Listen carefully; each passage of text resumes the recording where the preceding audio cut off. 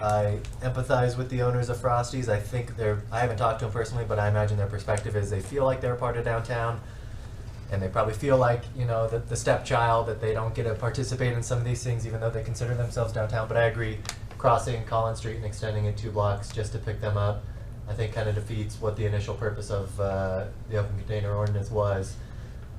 I guess I'm still torn. I'd like to hear more from the chief, because I know the chief advocated for reducing it from 10 p.m. to 9 p.m. And so I guess as far as that's concerned, I would agree with the chief, and I would, you know, if it makes it easier logistically and we can save money, reducing it to 9 p.m. His anecdotal, you know, observations was that it was not utilized very much from 9 to 10, so I would advocate that we cut it back to 9. However, and I'm not sure how much of a fan of this he's going to be, but I'd be curious to hear from the chief if we were to open it up earlier on Saturdays, say from 2 to 7 or from noon to 7. What does that look like logistically? Is it essentially the same regardless of where at downtown, or how many hours for every 1 hour additional that the open container ordinance is open, it's increased cost and logistical issues for you? Or would having it open earlier in the day be easier for you to staff than the 9 to 10 p.m.? Thank you, Chief. Chief. Mayor, Council. So we're here to get direction. So if you're asking my opinion, you know, I brought forward a couple weeks ago my observations of closing it down at 9. I was under the impression that council decided they wanted to keep it until 10.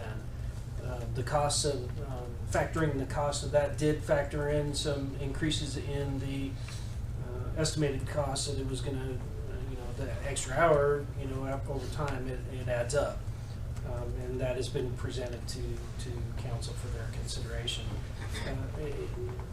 If council wants the open container to be extended on Saturdays for earlier in the day, you know, we work at the direction of council, and so just know that would increase the costs of running this program or these events, and I would just be spitballing, but I would think that would probably go up another $6,000 or so. To staff it on that extra day. But as far as the ability for the police department to staff it, as Carter and I are often, and Jill are often involved with coming to grips with the nature of law enforcement. This year in particular, we are maxed out on our ability to do overtime. We've been hit with so many critical incidents. You know, our ability to staff events such as this has been exceeded.